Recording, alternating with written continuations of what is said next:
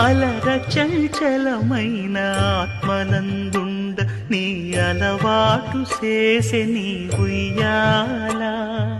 అలర చంచలమైన ఆత్మనందుండ నీ అలవాటు చేసే నీ ఉయ్యాల.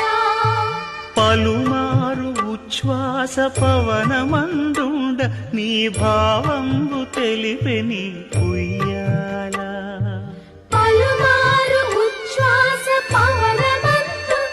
నీ భావంబు తెలిపి నీ